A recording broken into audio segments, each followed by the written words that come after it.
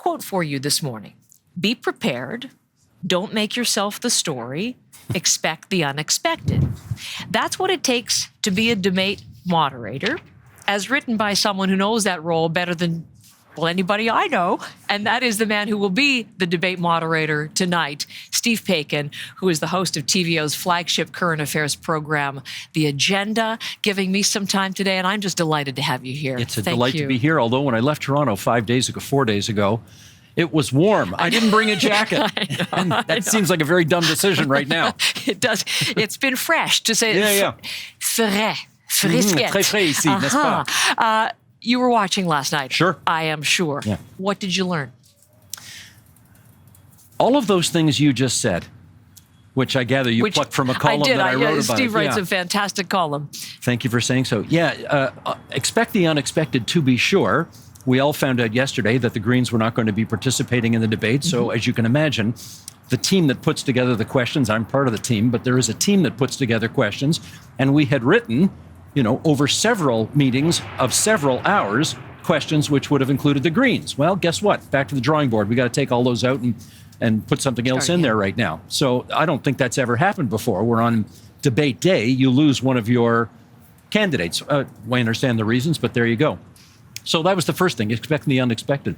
Second thing is, I don't necessarily think, Heather, that last night is necessarily a template for what's going to happen tonight. 3 of the 4 candidates were in their second language last night. 3 of the 4 candidates will be in their first language tonight. That could just change the dynamic of the whole thing. In which direction do you think? I don't know. And you know what? And I don't. You don't presuppose anything, do you? No, and I have I feel no obligation to sort of figure, well, it's going to go like this, and therefore, no, let's let it unfold and we'll just see what happens and expect the unexpected. So I was quoting from a column that Steve wrote. How do you see your role as moderator? What's a good moderator? You must be it, because this is time 9. This is the 9th time. Mark Bulgutch, who was the executive producer of the first debate I ever worked on, which was in 2004, the lead up to the 2004 election, said to me, "You like hockey, right?" I said, "Duh."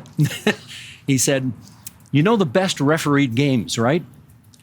I said, "What are you getting at, Mark?" He said, "You pick up the paper the next day, you read the account of the game, and the referee's name is nowhere to be found."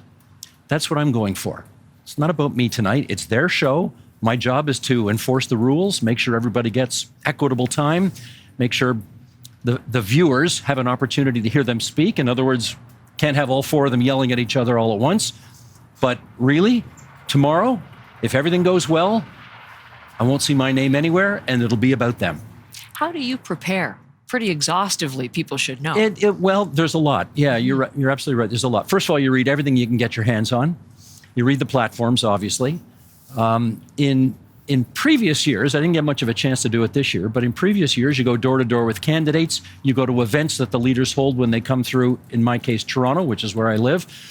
And you have a nap before you go on, because I'm very sleep deprived right now. So I will have a nap at some point this afternoon. And the focus, I mean, because you're following and then, as you said, expecting the unexpected. Yeah. And you've had some, if you go online to Steve's columns on TVO, you'll find out there's some really funny mishaps that you've encountered along the way, and that can happen too, although I hope it doesn't happen to you tonight. Heather, it didn't seem funny when it was happening. I bet it didn't. But my very first ever leaders debate, right? Never done one before. I'm reading the introduction. Good evening, everybody. Welcome to the 2004 election leaders debate. Boom, teleprompter goes out. So, okay, thankfully I had the sheets in front of me and I was able to keep tap dancing.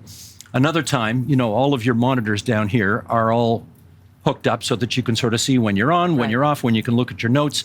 I accidentally kicked out the cable from one of the monitors in 2011, flew blind the whole night. Couldn't see anyone. No, couldn't see. They didn't. Anyway. Hoped you were on the These stupid things happen all the time, and you just, what do? You keep dancing.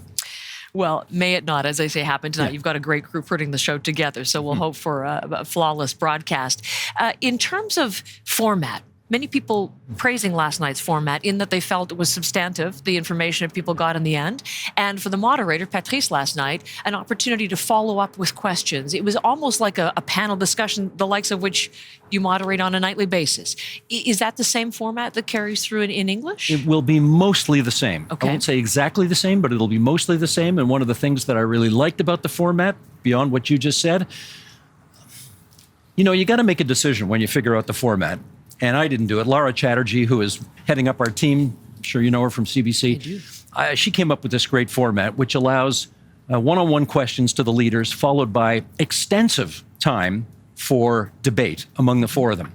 And I think one of the things that has frustrated me occasionally in the past is that everything has got to be, I don't know, we have the sense in TV that we've just got to have bells and whistles and fast and move it along or people will get bored. And no, I think people have an appetite for more in-depth conversation if you just let that happen.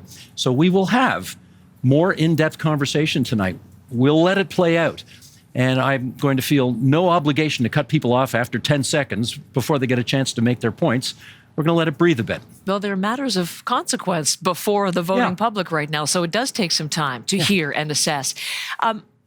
Again, going back to Steve's columns, because I received them when you emailed them out, and I always appreciate them. Talk about the campaign and the fact of what is before the Canadian voter right now. Steve wrote a great piece on how your longtime political friends, you wish so many of them were alive and with us to be following this campaign. People like Bill Davis, people like John Turner, all across the spectrum, because of this unique moment in Canadian political history. As a student of politics and someone who's covered it and watched it so closely, what's at stake and what is different about things this time? I think what's different, it reminds me so much of 1988, and I knew that was the free trade election, and I knew that had broken through as an issue. I was working for CBC at the time. I know. And I went upstairs to the cameraman's lounge to try to pick up my crew and head out to do a story, and I saw two camera guys sitting on the couch, and they were saying, geez, I wonder if water is in the deal. And at that moment, I knew this was a consequential election because, guys who don't normally talk about this kind of stuff, we're talking about this kind of stuff. And I'm seeing that in this election campaign as well. People talking about things, our future as a country. I mean, everything. It's just so much at stake right now, and I'm seeing that. As I flew here, the gentleman behind me, I don't know who it was, but he was a very animated phone conversation about tariffs and affecting his business. So you're right, it's part of our conversation. Yeah. I wish you the very best. I'll need it. Nobody better.